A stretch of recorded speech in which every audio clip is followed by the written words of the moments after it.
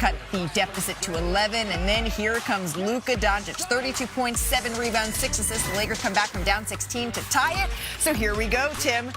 It was Dennis Jenkins who responded every time the Lakers went on a run. I mean, what a success story from a developmental prospect, a two-way dude, got a standard contract and lighten up the Lakers in this one. Final seconds here. It's a one-point game. Austin Reeves goes to the cup and gets that one to go. So now it's a one-point swing for the Los Angeles Lakers. And then the other way, what did we say? You got to watch that man. How about a career-high 30 points for Dennis Jenkins in this one? He's been sensational without Cade Cunningham in the lineup, and the Pistons take a one-point lead. This is the ensuing Lakers possession here. 19 seconds to go. The Lakers, they have to foul after Luka can't quite get this one off.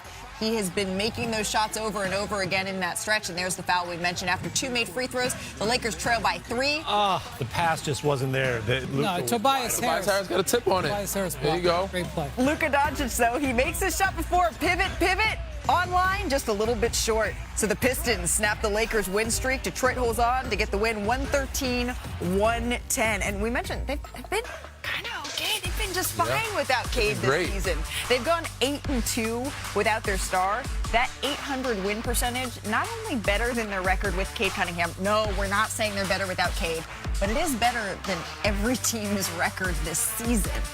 On the flip side, though, LeBron, he kept it short and sweet when he was talking about his new role with the Lakers. Take a listen. It's the role that I'm playing for the ball club. In order for us to win ball games, it's the role that I'm playing, and it's just how the game is going. That's what's required of him. It is what it is. The Lakers' 9-game winning streak, it is over, but it is the longest since they won the title in 1920. I learned something, though, I think, about the Lakers during this stretch. What about you, Bri? Well, if you look at their big three that really were struggling with playing together, I mean, their numbers were, frankly, losing numbers coming into this stretch. With LeBron changing his role a little bit, with all of them being healthy. Let's not forget that health, and also Rui Hachimura and Marcus Smart were not healthy last night, but they've been healthy in this stretch. That was able to get some traction that you can build on going forward. And you had to wonder, would Jenkins go for 30 if Marcus Smart was maybe on him? Maybe not, but I mean, on the flip side, Detroit was missing Cade Cunningham and Isaiah Stewart. Some of the other better players, so there's no excuse There you here. go. But the Lakers have shown some growth, and defensively, I like their activity. They've been moving around, offensively scrambling. Like you said, they only played like 13 games previous to this with their big three, so they didn't have a lot of minutes on the road together. So they're finally getting a rhythm, but they're showing some defensive growth and some end-of-game clutch plays that Greg St. Jean, JJ's drawn up. So, and by the way, guys like X Factor step up. That was a really good play that they had drawn up that had freed Luka for a 3, but Tobias Harris tipped it. Exactly. But I do think the biggest takeaway from the month of March, where this is their first loss all month, is that trio can fit together. That trio can thrive together. And look, was LeBron thrilled that he went scoreless in the first half? Obviously not. But since he's willingly kind of accepted the called a backseat role, the third option role, he has been remarkably efficient, dominant in that role. The numbers are off the charts, and he looks fresher. He looks, I mean, the guy had 6 dunks. And that is the whole, what it seems to me, point of this role change for LeBron James, is to keep him fresh for when it matters the most so that they can win a playoff series and hopefully more. But you've covered Luka Doncic for years, and during this stretch, what he has shown has been incredible. I'm curious if this is the best level, and yes, we've seen him play in the finals. Is this the best level we've seen him play? I don't know if I can say that, because this is a guy who's taken a flawed Mavericks roster to the finals. I mean, you know, Luka has proven that he can carry a team offensively and be a significant contributor defensively, and he's done that this month. I'm not going to say this is the best we've ever seen from Luka, but this is Luka at his best, if that makes sense. Yeah, I'm going to say it's his best. I mean, he's shooting, at the last 8 or 10 games, he was shooting a high clip from 3. When he's making threes, that's when you're in trouble, because he shoots that step back. He shoots around 33, 36%. He's been shooting at 44, 45% three-point. So that's when you see nights where 60 comes in. Right. So this is the best we've seen. And defensively, he's active. Like, he's getting steals, putting his body on line, doing the little things they ask him to do. So this is why they've had that 9-game win streak. Well, and could we see another one start? With the utmost respect to their next opponents, the Indiana they have a Pacers, very favorable the Brooklyn Nets coming up here that they're hosting, the Wizards. Could we see? That's rude.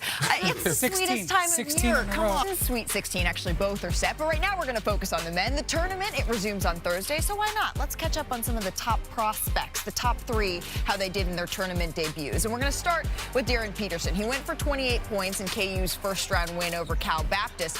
That is the most by a Jayhawk in his tournament debut since the early 70s. But he missed 10 of 15 shots. Kansas, they did lose to St. John's at the buzzer. It was a thriller. And then A.J. Debanza, he started in his first-round loss to Texas. He went for 35 points, 10 boards. That is the most points by a freshman in a tournament debut all-time and third most by a BYU player overall in the tournament. And that brings us to Cam Boozer. He is still dancing after he became the 5th freshman in the last 50 years to have a 15-point double-double in each of their tournament NCAA games. Next up for Boozer, though, it's St. John's on Friday. That's going to be a good one. I thought this was interesting, though. Cam, he was asked about June's NBA draft. This is what he said to the New York Times. He said, quote, "For me, whether I go 1 or 15, it's more about fit.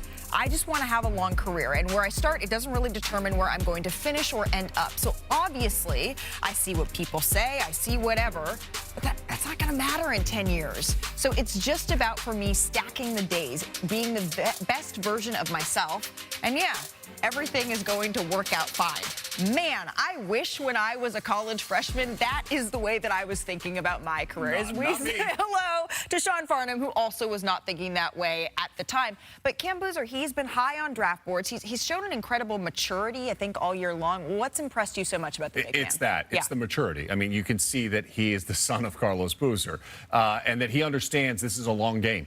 This isn't a sprint. This is a marathon journey that he's hoping to have a long NBA career. And I think that he's played with that kind of maturity. And they've asked a lot of him, especially with Caleb Foster being out and Patrick Gungba missing the first round of this NCAA tournament. A lot of injuries. Like, they were like, hey, the ball's going to be in your hand even more. Now we're going to put your brother out there on the court in a role that he hasn't had to be put in before throughout the course of the season. And he's answered the call. Now, if you're going to say one drawback in the last 2 games, he's had a high turnover rate in both of the first 2 rounds. And that can be problematic against a team like St. John's that wants to turn you over and create turnovers and play out in front of your defense. But from his understanding, second half performance versus first half, he's allowed the game to come to him. He's then taken over. You see the numbers on your screen, his impact in the second half of games, and they dominated those second half of games, whether it was against TCU or Siena when they had to respond from the first half deficit, and they were able to advance. And that maturity, I think, bodes well for him, not only now, and I've said this from the very start of this year, his floor is higher than almost any prospect in this draft. His ceiling may not be as high as some of those guys that you were talking about, but you know what you're getting with him, and it's an elite level basketball IQ. It's winner mentality. It's a guy that's going to work in your locker room, and it's going to help you win games night in and night out, and that's what he's going to bring. And just from the eye test, I mean, he is NBA ready in terms of an NBA body. Of course, you see his dad showing up at games. You know that his dad is on TV more than Taylor Swift was during Chiefs game. Let's just be honest about it. I love the beard, Carlos. You look great. But it's I mean, my man's on there way